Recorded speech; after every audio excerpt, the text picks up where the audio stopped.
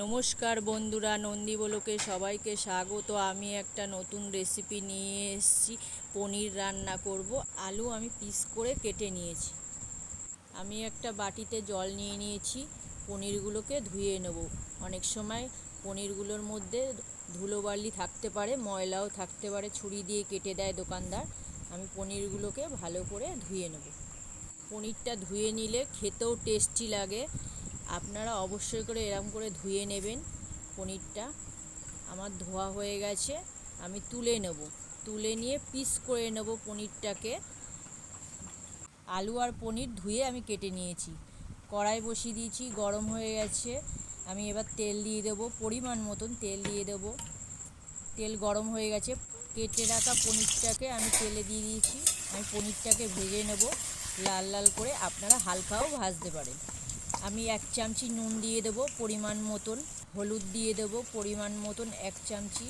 আমি ভেজে নেব। আমার ভাজা হয়ে এসছে, আমি এখন নামিয়ে নেব পনিরগুলো। আমি নামিয়ে নিয়েছি। ওই তেলের কড়াই আমি জিরে ফোড়ন দিয়ে দেবো তেলে, আর কেটে রাখা আলুগুলোকে দিয়ে দেবো। দিয়ে ভালো করে লাল লাল করে ভেজে নেব আমি আলুটাকে।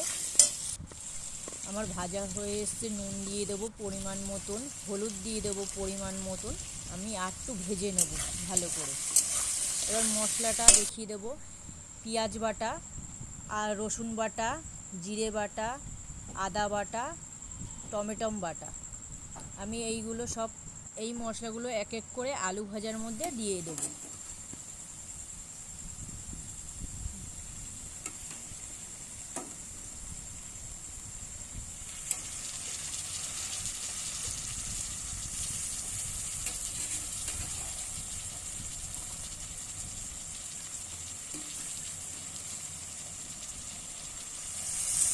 মশলাটা দিয়ে ভালো করে আমি কষিয়ে নেব।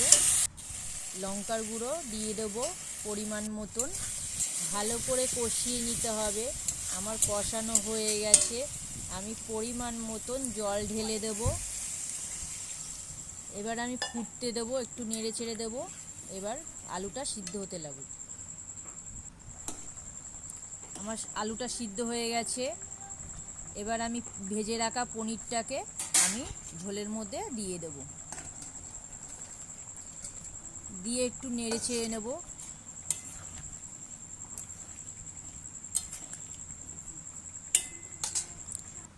আমার হয়ে এসছে, আমি হালকা করে চিনি দিয়ে দেবো, খেতে টেস্টি লাগবে। গরম মশলা দিয়ে দেবো, দিয়ে একটু ভালো করে নেড়ে ছেড়ে আমার হয়ে এসছে, আমি এখন নামিয়ে নেব।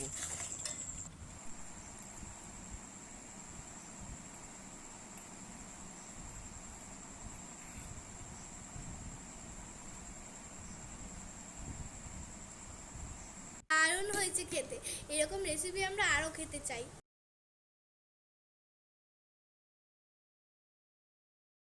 ভালো লাগলে লাইক করবেন, শেয়ার করবেন, কমেন্ট করবেন। আর নতুন বন্ধুরা হলে অবশ্যই সাবস্ক্রাইব করে আমার পাশে থাকবেন। আবার নতুন নতুন রেসিপি নিয়ে আমি আসব।